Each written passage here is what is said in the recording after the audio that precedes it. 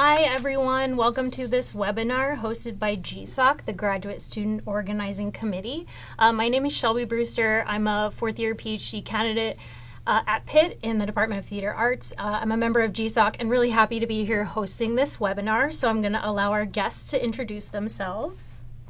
Hi everyone, my name is Danny Jacobson Lopez. I'm a PhD candidate in the School of Social Work at the University of Pittsburgh, and I'm also the founder and president of Lagos, which is the Latin American graduate organization of students.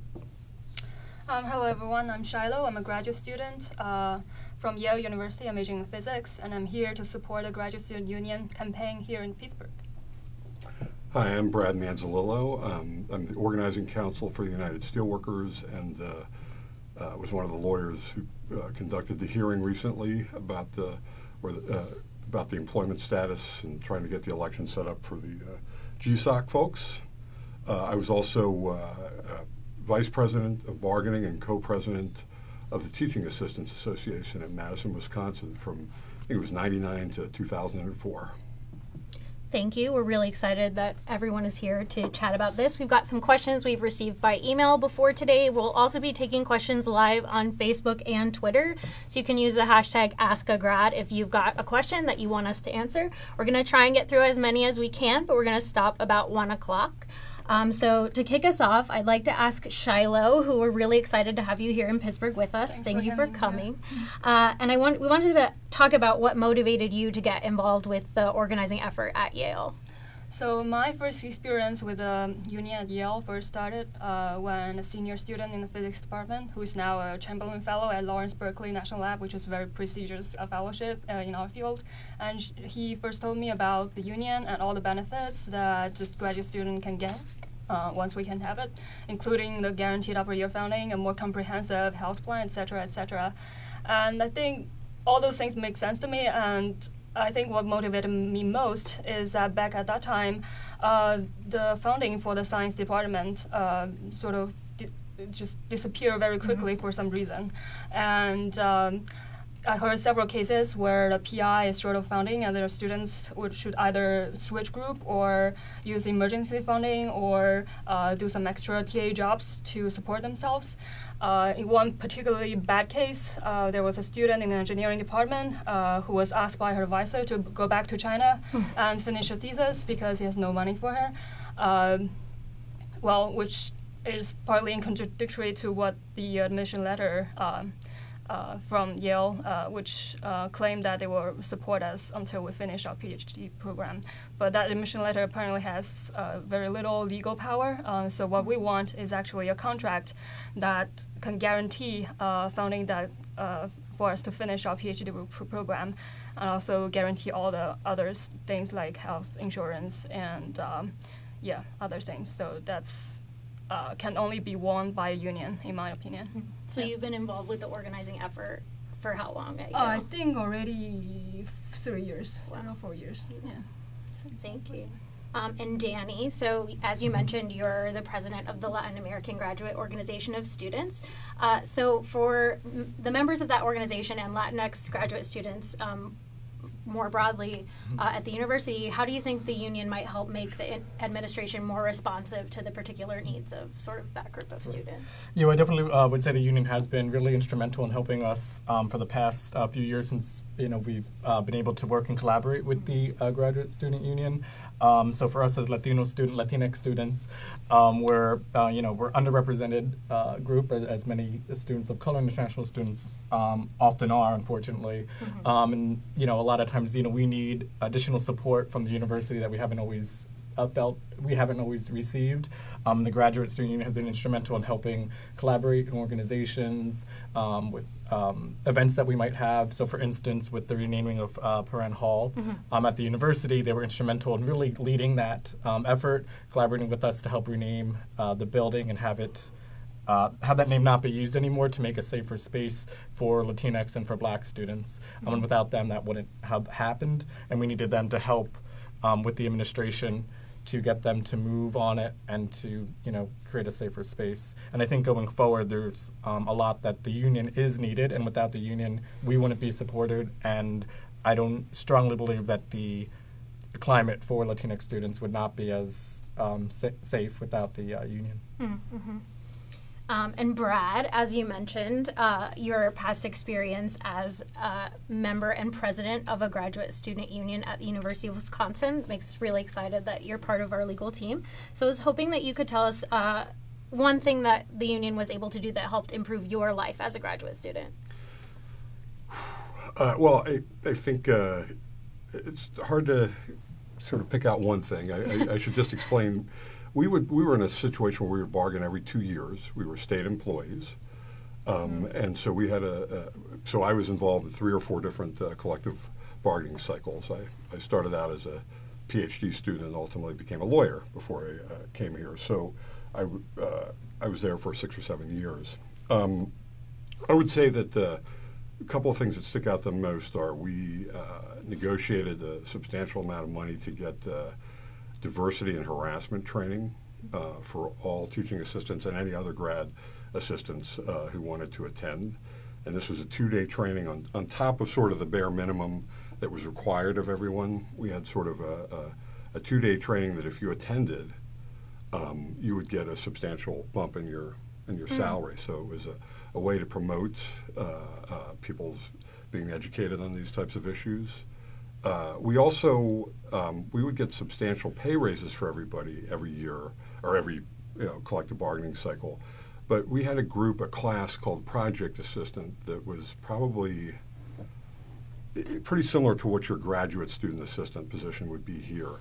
And in addition to the standard raises that everybody was getting every year, they were getting paid a lot less money. So we were able to pull them up closer to where everybody else was. It was thousands of dollars of raise for them every semester.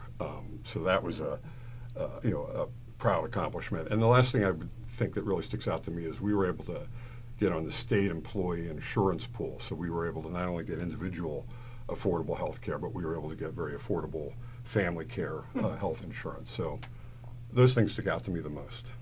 I think, too, all 3 of those things are something that's been part of our own campaign, sort of push necessary more training for diversity issues.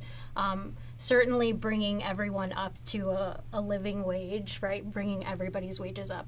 And then also focusing on family issues, right? Graduate students with families and kids and yeah. Well, I think that's a great thing, right? It's your union, it's a members' union, so they can dictate what the priorities are and things to seek through bargaining. So that's what's empowering about being in a union. Mm-hmm. So one question we received by email, and I should mention we're not revealing any identifying information of folks sending us questions, so please send them if you've got them. Won't tell anyone who you are. So this question is from email. I'm worried about the union because I'm an international student and I'm not sure how it will impact me. Can there be negative repercussions if the union wins the election? So Shiloh, I don't know if you want to talk a little bit about this. Yeah, sure. So in your experience. I've been organizing. So we had an election 2 years ago, and I've been organizing during that whole year before the election, and I also voted yes for in the final election. And during that period of time, I received no threatening message from any faculty or administrative staff from a university, and I don't have any sense of fear that I'll be deported or lose my visa status just because I'm organizing a union. Yeah, it's partly because the rule of law here is very good. I just read the law from the Department of State in Pennsylvania that which protects the rights of the workers to unionize, including international students. So I don't think there is any need to fear anything bad is going to happen to you. And I know, Brad, you probably have some thoughts on this issue as well from the legal standpoint. Yeah, first I'd say in all the years I was in Madison, we never had any issue like this come up where anybody was threatened to lose visa status or anything like that because of their union involvement. The reality is, as you said, the law protects you, gives you the exact same rights as everybody else. You can't be discriminated against or targeted because of union activism. I would say we followed the Penn State campaign, and one thing that was really disappointing about that campaign, and what the university chose to do up there was they put out a very misleading and misrepresenting statement that suggested that if a union were to be elected in and there was a strike were to occur, that this could jeopardize the visa status of international students, and that's so misleading and so divisive. It just, I certainly hope the University of Pittsburgh doesn't go down this route. Reality is your F1 visa status is tied to making progress in an academic program. It isn't tied to, and that isn't affected. If there ever was a strike, something that's extremely rare and tend to be very short duration if they're grad employee unions. If there ever was a strike, it wouldn't affect your ability to continue to make progress in your program or to continue to take classes. So it would never have any impact on your F1 visa status. So if the university does decide to take any, go down that low path and low road and try to scare people, use divisive tactics like that, understand that they're just trying to scare you. They're just, for whatever reason, they don't want a union, and we're here to make sure it's your choice. So don't let yourself be scared off or misled. Right. Another question we received earlier: what can we realistically expect to gain from having a union? I've got a lot of ideas to answer this question, but Danny, if you want to start too, I'm sure we all have things to say about this. Sure, yeah, like you said, I think there's a lot of different things. So realistically, there actually is a lot that can be done and achieved. So one of the things is for things that are working particularly well, let's say there's a particular benefit that is really helping benefit you as a grad student, we want to obviously fight to keep those things that are working well so they're not taken away in the future. And for things that we see that need improvement on, that could be enhanced or bettered, that the graduate union allows for a place for us to fight to say, okay, this isn't working well for us as students, let's try to make this particular thing better. Secondly, another thing is the grievance process, which is really important. So having an independent grievance procedure, so that way if we have complaints or concerns regarding a particular institution or a particular individual at the university, to make sure that that person or that those persons aren't the ones receiving that complaint about themselves, because that can really be tricky. So to make sure that we have that, which is instrumental, that can be achieved with the union. And then obviously working to negotiate as a union as a whole, because as we know, as a union we are stronger together, we can make progress together when there's more people, and help to bring about more positive changes. And one thing I would also point out, as I'm sure everyone knows, is on the website there are specifics on things that graduate students at unions has worked to achieve and done so successfully. So that's also something people can check out. Yeah, we have a bunch of examples of contracts from other institutions.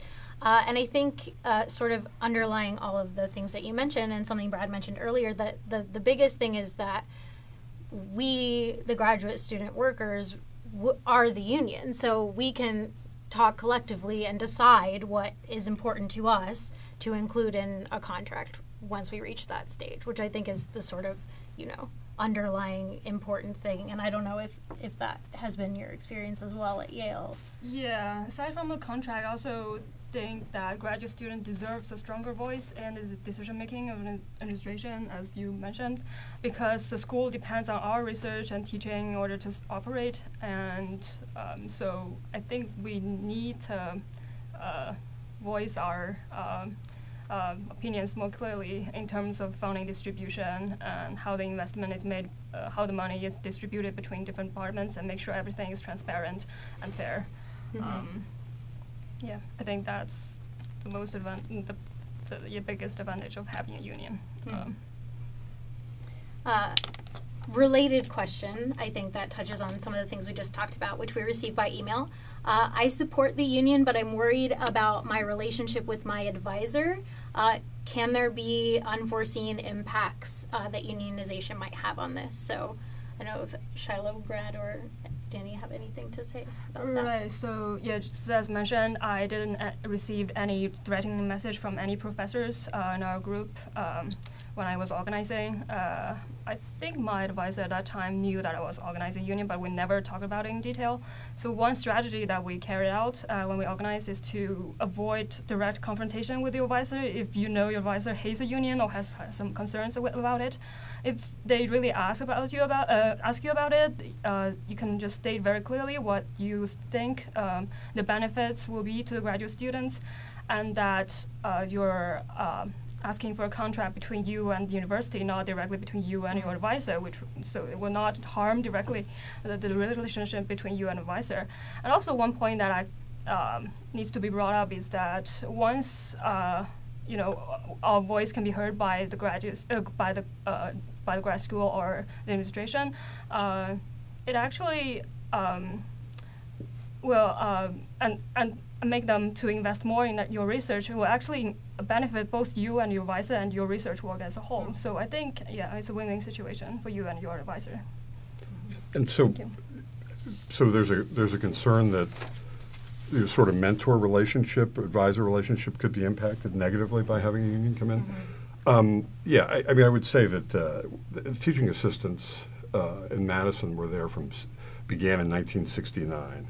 The union. The union, the Grad Employee Union. And so we were called the Teaching Assistants Association. So if I say TAA, that's what I'm referring to. To my knowledge, there was never any evidence or any issue that this had a negative impact on that type of relationship, the mentor relationship. And if you think about it,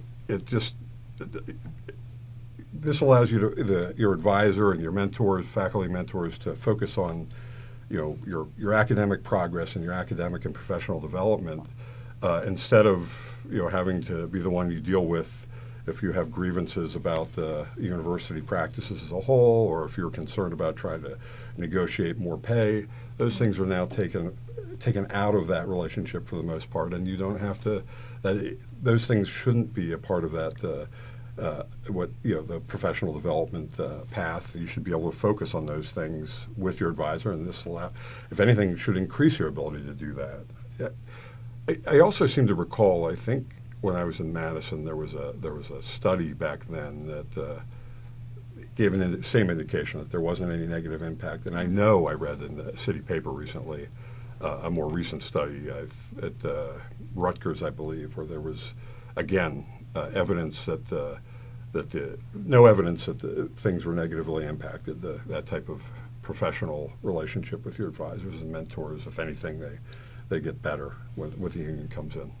I think part of this concern, something I've talked about with some folks, especially who are in more research positions rather than teaching positions, is that a union would sort of put a limit or a cap on the amount of work that they're able to do, right? So if you're on an appointment that's 20 hours a week, but you're working 30 or 40 to complete your research, that if we had a union, you couldn't do the work that you want to do, which again is not realistically what would occur, but is definitely a concern that some folks have had. Yeah, I mean, there could be language in there that says that an employer can't abuse the amount of hours they require for you to do work for them, but that doesn't prevent you from doing work you want to do. Secondly, I mean, we're not going to go ahead and your leadership, stewards, whoever's filing grievances, they're not going to file grievances for somebody who doesn't want a grievance filed for them. Exactly. So, for a practical matter, that's not a concern. There could be protections in the contract from abuse. And there should be. Yeah, but there would not be that kind of concern would not be an issue at all. Right. We did receive a question about diversity from email. So what can a union specifically do to improve diversity at Pitt? And we've talked about it a little bit generally, but Danny, I don't know if you have anything else you want to add about this question. Yeah, definitely. I think diversity is definitely a really important issue for all universities, and I think diversity as a whole too. So I think that's affecting students of color, women, as well as LGBTQIA individuals as well. So a lot of times I think having that contract can really help to address those issues, the structural and the kind of bureaucratic barriers and challenges that are often put up, which kind of create that leaky pipeline a lot of times in academia for graduate students.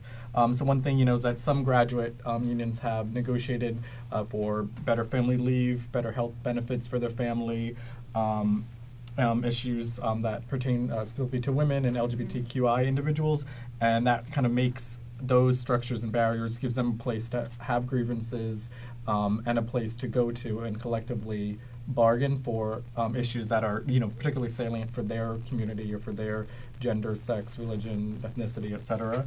And that would also help them, obviously, as we know, is that when students feel more included in academia, that they do better, they tend to graduate at higher rates. So I think that's one thing that's important to notice. And then, as mentioned before, kind of having that transparent grievance process makes it harder for universities to cover up issues of discrimination, harassment, things like that, which unfortunately does happen at times. And having the union there to support that makes that less likely to happen. So people who are discriminated against, who are being harassed, do have a procedure where they know that it's not less likely for it to be covered up. And then, I think the last thing we talk about, like non-discrimination clauses, where it's a lot of times grad students can put into the contracts and do need to be there. And a lot of universities differ on their non-discrimination clauses, so it's not, the same across the board. So that can make it, tricky at times, but having that union can help to address those issues that we're seeing right now with Title IX at a federal level, particularly here in the state of Pennsylvania, where LGBTQI individuals aren't covered under discrimination clauses statewide, as in like 27, I believe, other states as well. So it can help for those groups as well to have a voice and not be subject to harassment and discrimination, hopefully. And you mentioned already the training that you had at Madison, which sounds like something that would be great to replicate here for us. I know more diversity training is always better. Yeah. In addition to sort of the contractual, protections Danny was referring to, I think this training was something I was proud of because it recognized the importance of sort of changing the culture at the workplace. So it incentivized people to take this two-day training by giving them a bump in pay, and they would you go over issues of gender, sexuality, race, nationality, religion, all these types of areas of diversity would be covered, and you sort of be more made more aware of them over a two-day process. So it sort of improved the working culture, both for research and especially for teaching assistants who are working with students, and, right. In addition to working with each other. So. Right. Shiloh, I didn't know if you could address this issue, yeah. how it's played out at Yale. So actually, we carried out a gender and equity, racial equity campaign last semester during the whole graduate school, and we asked people what their concerns are in terms of the gender equity, etc. And we also show this data that's just been released by the Office of Institutional Research at Yale University, where they show that the fraction of women faculty and also ethnic minority groups is basically a flat line as a function of time during the past 10 years. So there was little progress, but the progress is at a snail pace. The union, what the union is doing now is to first bring all those information to people and make them aware of such an issue exists, because those issues are very hard to deal with because they have complicated historic and social factors that result in this situation. But I think making people aware of it is the first step to solve it. Question hot off the presses from our email, I think. Brad, this is a good one for you. Is the question about, will grads who are on fellowship be able to vote when we have our union election? I guess that's we can't give a definitive answer until we get a decision from the Pennsylvania Labor Relations Board, which we expect any day now. As hopefully people know by now, the university argued no graduate assistant or fellow was an employee at the university. We, in our petition did not include fellows as employees, and that was largely due to the ruling at Penn State that excluded fellows. And we also know that the university may consider trying to continue to challenge employment status into the courts, and we knew that fellows are the least clear example of employee status, whereas teaching and research assistants and graduate student assistants are all very clearly employees. No ifs, ands, or buts about that. So, we felt that the purest, the simplest thing to do was to file with fellows excluded. However, we would obviously, vigorously represent fellows if the PLRB decides they should be included in the unit. So, short answer, stay tuned, and we'll let you know. So we've talked a lot about how the unions will help teaching assistants and teaching fellows, but we have a question about what's in it specifically for researchers, so students who are doing a different kind of work at the university. So Shiloh, I was hoping you could speak a little bit about what is happening at Yale, especially in STEM departments where these kind of positions are more common. So our union, Local 33, is a graduate student union at Yale, has done a lot to put a lot of efforts in improving the working condition of the STEM field researchers. One particular case that we're very proud to bring out to people is that in geology and geophysics, we have two very strong women leaders in the union, and they managed to win a guaranteed 6-year funding for all grad students in G&G, but only for that specific department after 5 years of petition. And they also managed to get DGS involved in to negotiate this issue with a graduate school dean. And they finally have it written down in their admission letter saying that we'll guarantee you 6-year funding and make sure you are a graduate without the need to worry about money.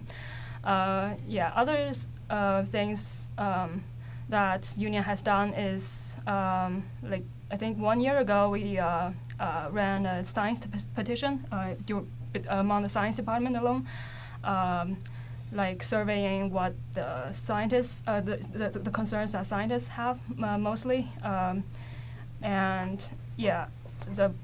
basically, the thing that they are most concerned with is a guaranteed funding, and also for international students, a guaranteed period of time to renew their visa when they go home, because apparently some students, some of my friends are afraid of asking for vacation from their advisor because some professors will reprimand them if they are stuck in back in their home country for too long, which doesn't make much sense to me because the visa issue is not their problem at all. And also in terms of sort of gender equity and racial activity, we also asked the school to make their hiring process to be more transparent and make sure that women and other minority ethnic groups are not discriminated against during those processes. So in your experience then, the organizing committee in the union at Yale has been receptive to research students' concerns and from folks in the STEM fields? You mean if the school is responded enough? No, the union. The union. Yeah, I think if you have concern about your research, you can always tell the union member about it, and they will figure out a way to at least starting to push the Yale administration to solve it. So we have another question we've received just now. What can grads expect in terms of dues if our union were to go forward? And I think Brad might be the best person to answer this question. So first of all, our due structure, there are no dues paid for anybody until a contract is ratified by the members. So until that point, until you grads got a contract they were satisfied with and voted for, they would pay no dues, would be the first answer. After that, our structure is pretty basic. It's 1.45% of income and plus 2 cents an hour that goes specifically to organizing. But that's a nominal amount on top that goes specifically to continue to organize at other new places. But primarily, it's 1.45% of salary. And other than organizing, where does that money go? It goes to pay for assistance with collective bargaining, legal or lobbying assistance. It goes to training. The local union itself, would keep about half of that money to if they ever felt they wanted to do any internal education, if they wanted to take a grievance to arbitration, making those kind of decisions. Again, the staff would help, but the local union would be able to make a lot of those decisions on their own. I think those are the primary things. I think we have another question. I can't tell. Yes, we have another question. Hot off the presses. Thank you. Oh, okay. So, in the wake of Me Too and that whole movement, what can a union do for grads in terms of sexual harassment and discrimination on Pitt's campus specifically? I know we've addressed this sort of in broad strokes a little bit already in terms of more education on diversity and addressing harassment, and the independent grievance procedure, I think, is kind of one of the big things that I see here. But I don't know if anybody has anything else they want to add about this.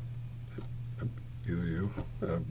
I guess the thing I would say is university still has an obligation to create a harassment-free workforce. Having a union come in does not rid them of that obligation. So we would want to assist in whatever way we could our members being able to continue to hold the university responsible. There could be contract language that would help deal with this issue.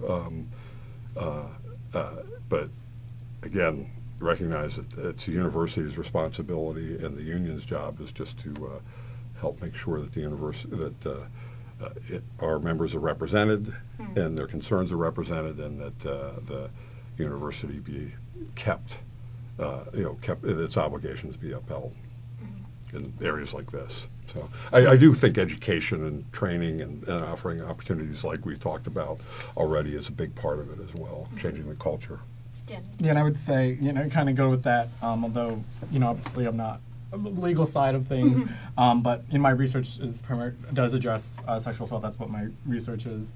And I'm involved in a bunch of really good student organizations at Pitt that directly address sexual assault or sexual assault committees and student groups that I'm on that provide that kind of safe space. So I think, one thing as far as with sexual harassment and sexual assault that does occur on Pitt's campus is that the union, as said, is to perhaps help with some of that language in Title IX. And then also really just, I think, giving a safe space to students.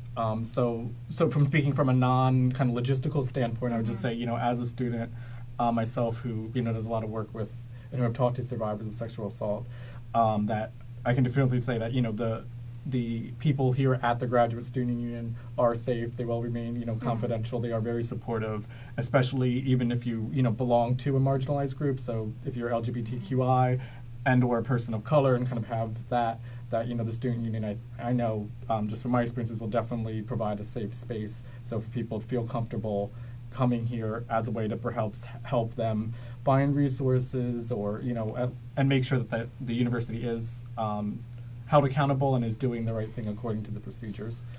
I think, too, here's another example where sort of the power of collectivity is helpful. If you're in a small department that is dealing with, and you're dealing with a situation of sexual harassment, the union helps sort of draw alliances across departments, whereas you have, your fellow graduate students working and helping advocate for your department and for you in that situation as well. I think it's really helpful. I think I would add, my experience when I was in a grad employee union was it did create a sense of community, and that not feeling alone, having a sense of camaraderie where you could go talk with other people and be supported when you were going through something like this or fighting to make changes in this type of over an issue like this.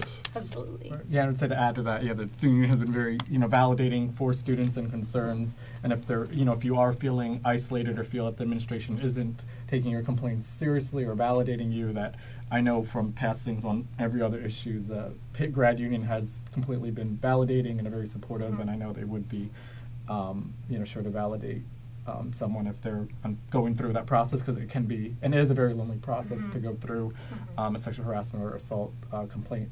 So, absolutely. I can't tell if there's another question. I'll take it. Thank you.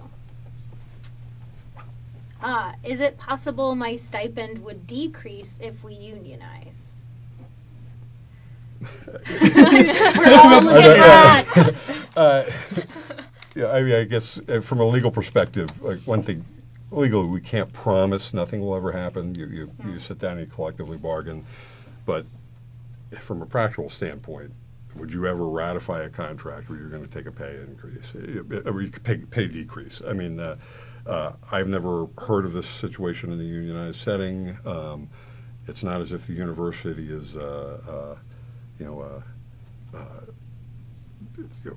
barely scraping by, where they can sort of claim poor that they to survive they need to cut people's salaries or they're going to shut down the university. There's no situation like that. So I think I can say pretty confidently that the likelihood of taking a pay cut is extremely low, and the likelihood of pay increases is high.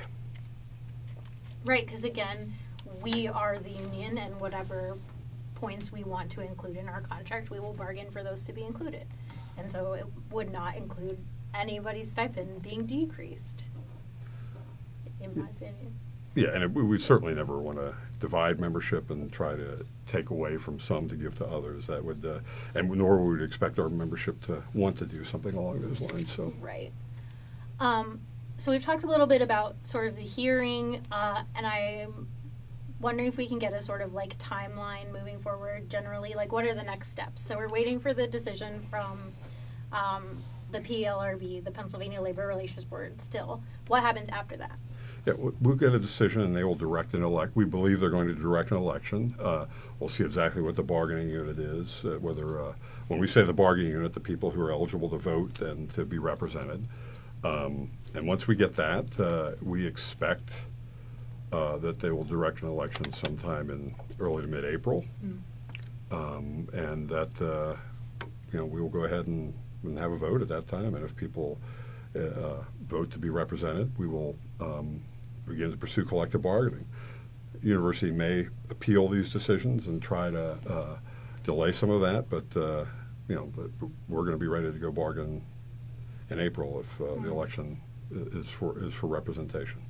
Shiloh, could you talk a little bit about what happened at Yale and sort of like the stage of where you all are in organizing?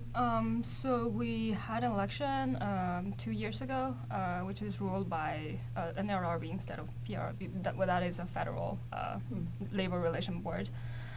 And we carried out the election department-wise, meaning nine departments voted, was involved in the election, and 8 departments voted yes for the union.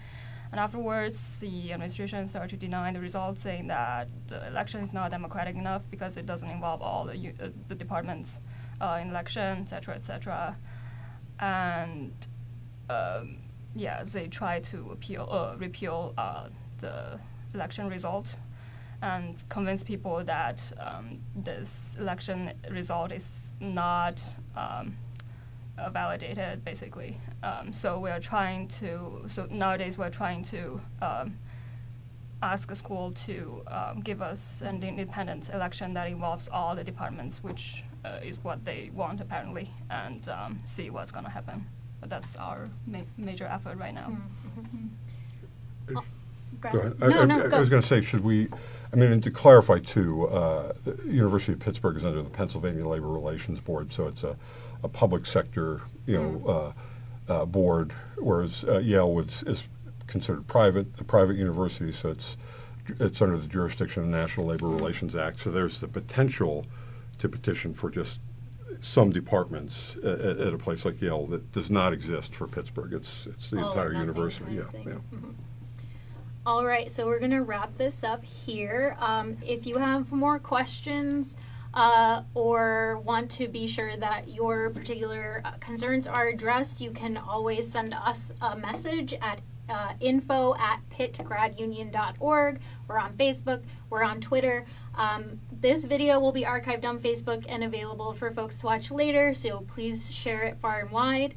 We also have a happy hour coming up Thursday, February 21st from 5 to 7 at the Thirsty Scholar in Oakland. So we'll be there. There'll be folks from all across the organizing committee that you can ask questions. If you're interested in getting involved, please come see us. We always have a great time. So thank you very much, everybody, for making your time available to answer these very important questions. Thank you for Thank organizing you. the event.